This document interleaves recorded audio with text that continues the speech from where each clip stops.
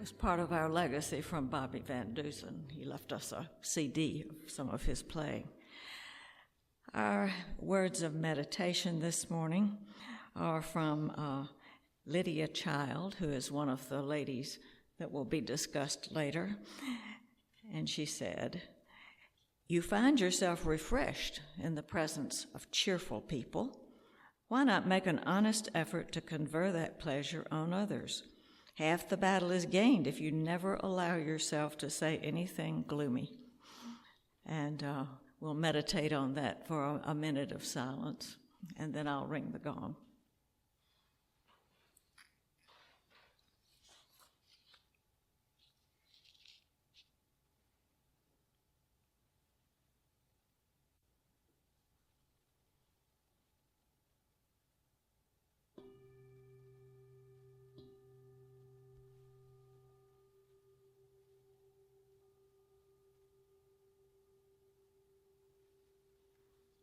And now I present Dr. Deborah Ryals.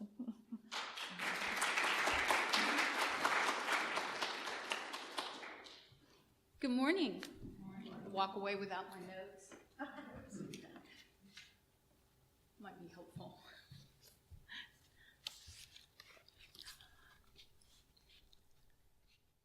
Long ago and far away in a city known as Concord, Massachusetts, there were a huge group of writers, philosophers, thinkers. And one of the people who lived in Concord is a gentleman by the name of Nathaniel Hawthorne. You may have heard of him. He wrote one or two small books. But Hawthorne had a small problem. He wanted to be an author, but nobody would buy his books. So it's very difficult to take care of your wife and 3 children when you're not selling books.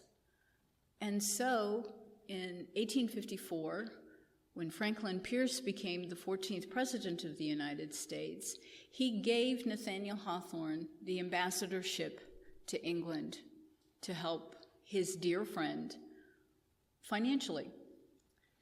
So Hawthorne goes to England, and he is writing back to his publisher, who is William Ticknor. And he says, "America is now wholly given over to a mass of scribbling women.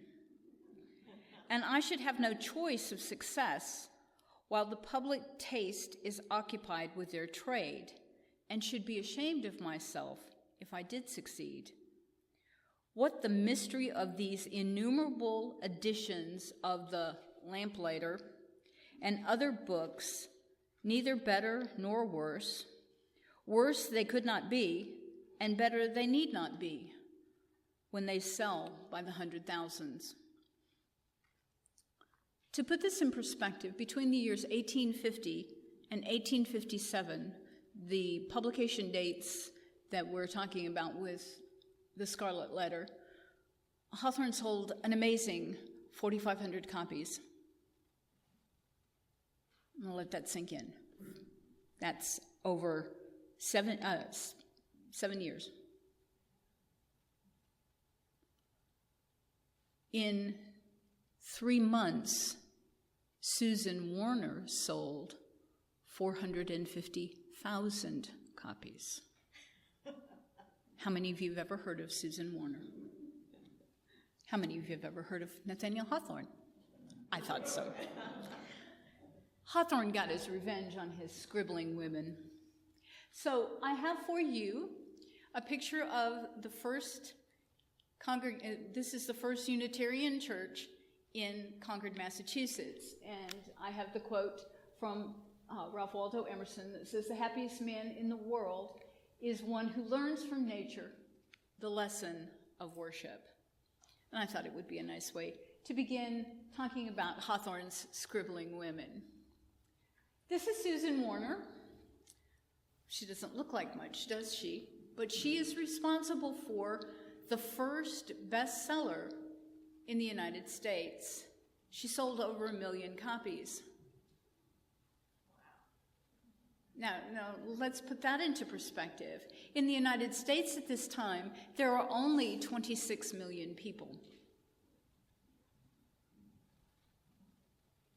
Perspective. So we have Hawthorne with his 6,500, and we have Warner with her numbers. By the end of 1851, which is also the year that The Scarlet Letter was published, she had sold 750,000 copies in the United States and over 400,000 copies in Great Britain. She wrote the first book. It's called The Wide, Wide World. And this particular book combines Christian philosophy with submission to God's will. So this book is very didactic, which means it's preachy. And what she is encouraging is individuals to be aware of their religious responsibility in the world and to practice that, and that God will take care of you. Puritan providence at work. Now, she and her sister Anna Warner, were very popular, but they were highly religious.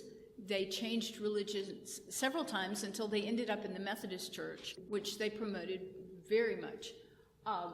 Susan wrote the song, Jesus Bids Us Shine. You may be familiar with that.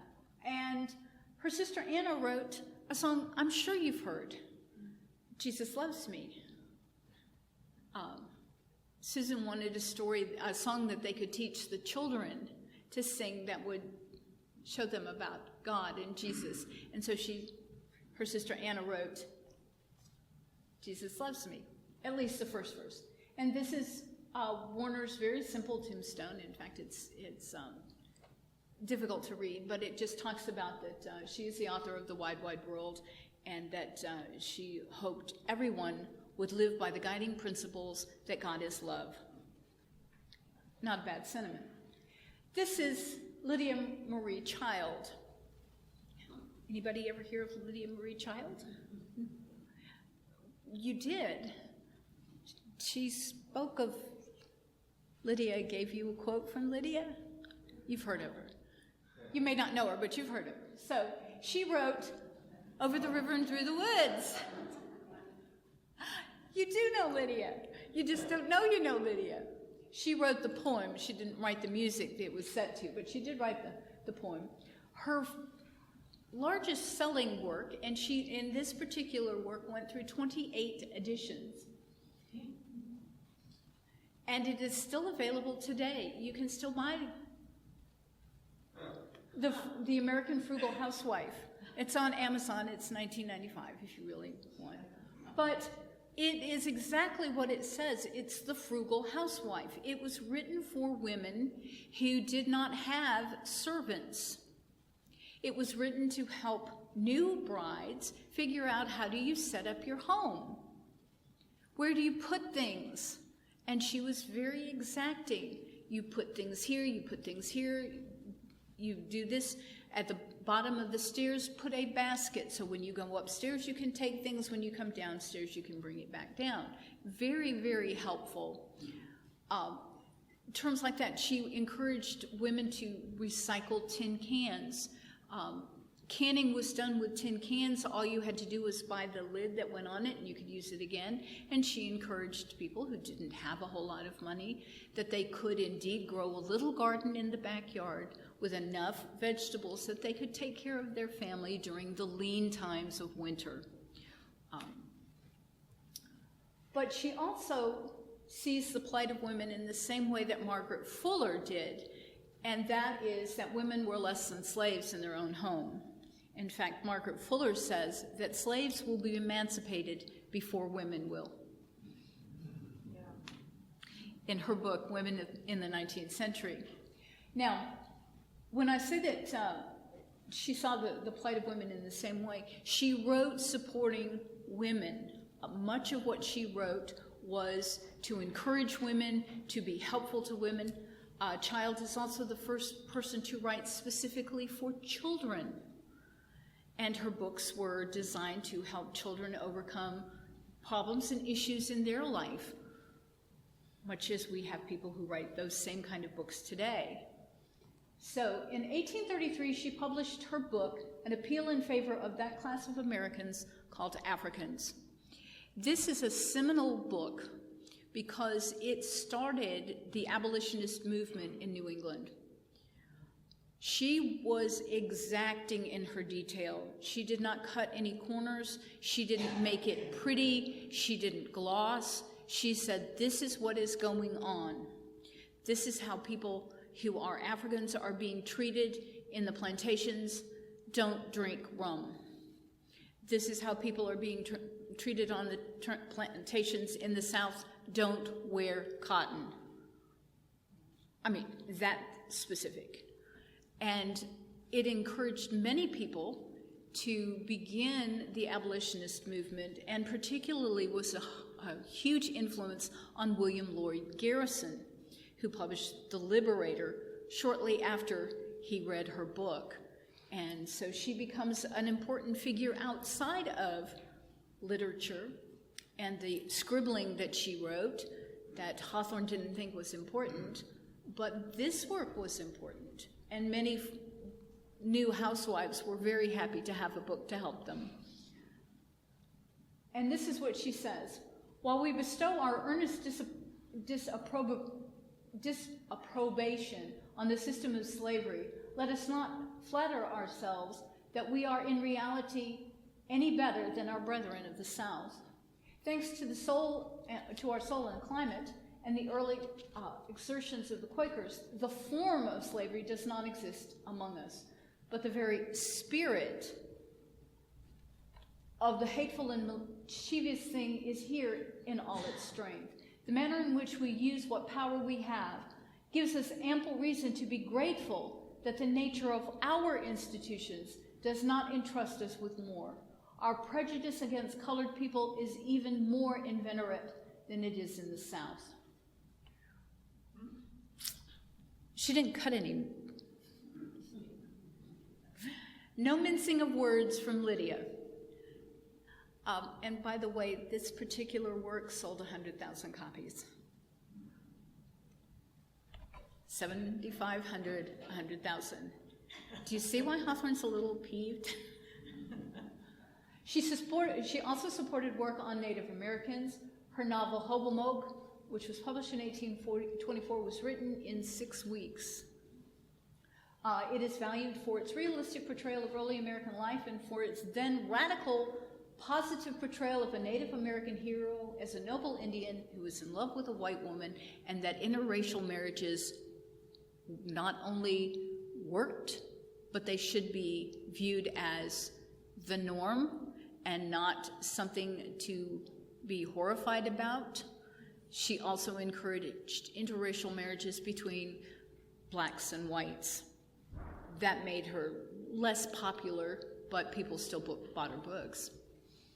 Again, we don't often think about what is going on outside of the publication of a book. And this is her tombstone. Not very fancy. This is Fanny Fern, whose real name is Sarah Willis. And Fanny is the one that Hawthorne had.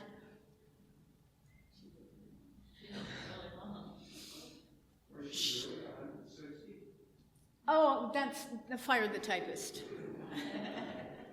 Fire the typist, just fire. Fanny Fern is interesting because of all of the things that she did that just irritated the stew out of Hawthorne. She was the #1 newspaper columnist in the United States. She wrote a column once a week for what will become the New York Times, and she was paid $100 for that column. One column. Her father was a newspaper editor. He was a deacon. Her brother, Nathaniel Parker Willis, was a writer and an editor. Her first marriage was happy, and then her husband died, left her with 2 children and a huge mountain of debt. Her second marriage provides the background for her novel, Ruth Hall. Ruth Hall is the work that Hawthorne had some issues with. She began attending Catherine Beecher. You know Catherine Beecher as in Harriet Beecher Stowe. This is her sister. She had a seminary, the Hartford Female Seminary, and she wrote pieces for her father's children's periodical, The Youth's Companion. Louisa May Alcott published in The Youth's Companion, just some of the women that were. She began writing to support her family after her husband divorced her. Remember I said the second marriage was a problem? He decided that he did not want her, and so in order to get rid of her, he started spreading rumors that she was unfaithful. And so she moved herself and her children out of that home, and he continued to the point that he finally was able to have the divorce to go through on the grounds of desertion. He couldn't make adultery stick because he couldn't find anybody. So, what do? You're a woman. You have children. How do you take care of yourself? Her family, though well-to-do, would not support her because they felt she was bad, because she had been divorced. Wasn't her fault, but... Oh, and just to put it in perspective, 2 weeks after the divorce went through, her husband remarried. Oops. Her letters were called Fern Leaves from Fanny's Portfolio. These are reprints of columns, and you'll notice it sold 46,000 copies in 4 months. 46,750. Which, according to the publishers, surpassed the performance of Uncle Tom's Cabin that year. And over 70,000 copies were sold by the end of the year, and within a year, it had sold 100,000 copies. Now, this story, Fanny Furness, bless you, is very, very autobiographic. And so a lot of people felt that it was successful because everybody wanted to read the dirt about her family because nobody liked her brother. She was also the first woman to go on record supporting Walt Whitman's poetry. Now remember, she's a newspaper columnist, and she's just not writing, oh, today is a happy day. She's writing, there's a new poet out there. His name is Walt Whitman. You should read his poetry. It's new, it's exciting, it's different. It will make you think. And people listened. In 1855, she was offered $100 for each column of a serialized story, an offer which she finally accepted, which made her the highest newspaper writer in the country. In fact, her name is equal to, and her position is equal to that of Margaret Fuller. Anybody ever hear of Margaret Fuller? Woman in the 19th century? Margaret Fuller's claim to fame is not woman in the 19th century. She was the first foreign newspaper reporter. She went overseas and reported. Her columns were sent via teletype from England to the United States, where they were published. So the first foreign newspaper correspondent was a woman, not a man. Interesting, huh? She became known for her advocacy of women's rights and women's independence. She was asked all different kinds of things, and she was a strong proponent of educational reform for children. She believed in the German school system, which was kindergarten, and dividing schools into what we call elementary, which they called elementary, middle, and high school. And much like Amos Bronson Alcott, who believed in children should be active and not passive learners, so he would take his students outside and they would run through the woods. Novel, huh? children running. Kids don't run today. They just kind of look at you like, run? No, but he invented the game Duck, Duck, Goose. Ever played Duck, Duck, Goose? Red Rover. And he invented a game called Stop Go. You know it better as Red Light, Green Light. These are games he played with the children. Notice I said he played with the children. And she published articles about this and how great the concept of recess was in school, that children should not be forced to sit for 8 hours a day with only 20 minutes to eat their lunch, that they needed time to get up and play. They're children after all. Only 2 words adorn her gravestone, and those words are Fanny Fern. The stone itself is very simple. It's a plain cross with ferns all over it. It serves as a reminder of who she was. And there's the tombstone. And you'll notice it just says Fanny Fern. And that was at her request. That was what she left. This is how I wish to be remembered. And her children supported her in that. The last woman on our list is Catherine Sedgwick. And she is an amazing woman. She never married. Not because nobody wanted her. She just didn't want them. As a child, she was cared for by Elizabeth Freeman, who was a former slave, often called Mum Bet. Her father helped Freeman gain her freedom by arguing her case in county court in 1781. She came to live with Sedgwick's family, and she is buried next to her in Stockbridge. Stockbridge, Massachusetts, you may have heard of the town. This is where Jonathan Edwards went to serve as a missionary to the Indians. You didn't know that? Well, have you ever heard of Norman Rockwell? Stockbridge. It's a small world. And this is Mum Bet. Unlike Cooper, and her book is called Hope Leslie, that she is most famous for. Unlike Cooper, she accepts marriage between an Indian man and a white woman, encouraged it. In fact, her character is rescued from the Indian tribe by Governor John Winthrop. And forced to live away from her husband and her 2 children. She has an infant in arms. And she escapes and goes back. And Sedgwick is very clear that this is what is right. It doesn't matter what color skin. She loves him, he loves her, they have children, they're happy, leave them alone. Which, for some strange reason, Winthrop couldn't do that. He just was, we won't go there. Her fiction repeatedly emphasized the political and personal need for liberty and independence. Her character, Hope Leslie, is very independent and does things her way and how she wants them.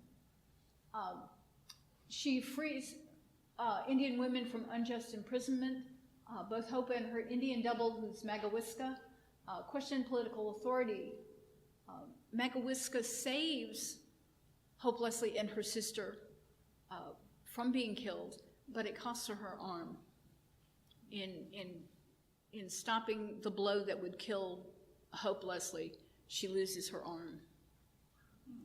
So it's, again, strong women, independence, and we don't read these, and most people have never heard of them. Her writings focused on the woman's role in the new American Republic and the relationship between whites and Native Americans. Now, remember, she lives in Massachusetts, and this is the home of John Winthrop, who hated Indians with a passion.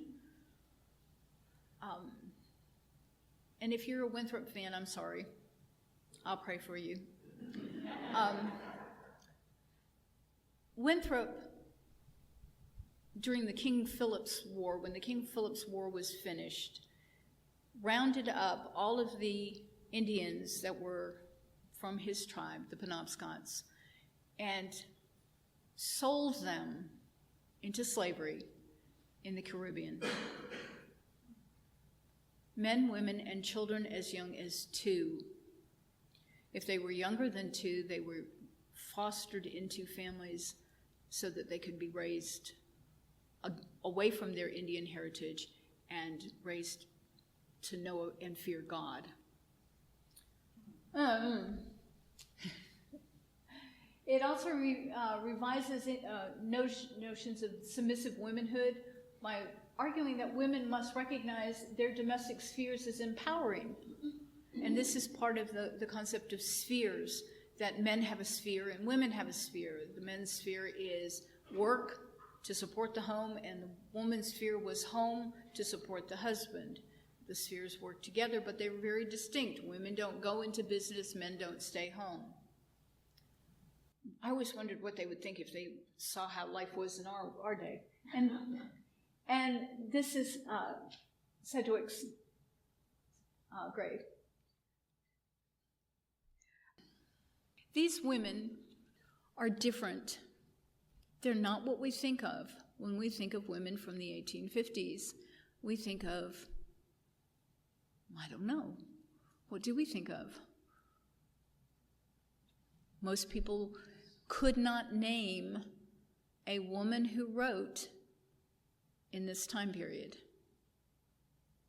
at least an American. They might come up with Emily Dickinson, but Dickinson wrote in the 1880s. They might come up with Mary Shelley, or what's the other woman who wrote all of those books? Oh, Jane Austen. They might come up with her. But the reality is there were hundreds of scribbling women who wrote about life, who wrote about work, who wrote about the rights of men who were a different color, the rights of women in a world that didn't want to hear it. And they were successful because women who read these books go on and begin this little conference at Seneca Falls, and the women's rights movement begins in 1851. Coincidence? I don't know. But I think women were listening. And I believe the reason that you've never heard of these women, but you know who Hawthorne is, and Melville, writing at the same time, is because the canon of American literature was formed by men like Hawthorne and Ticknor. And Hawthorne got his revenge. We don't read these women. But I wanted to present them to you with the idea that maybe, just maybe, there are women writers out there that you've never heard of, and if you're looking for something good to read, that you will turn to them as possible sources. And thank you for your time.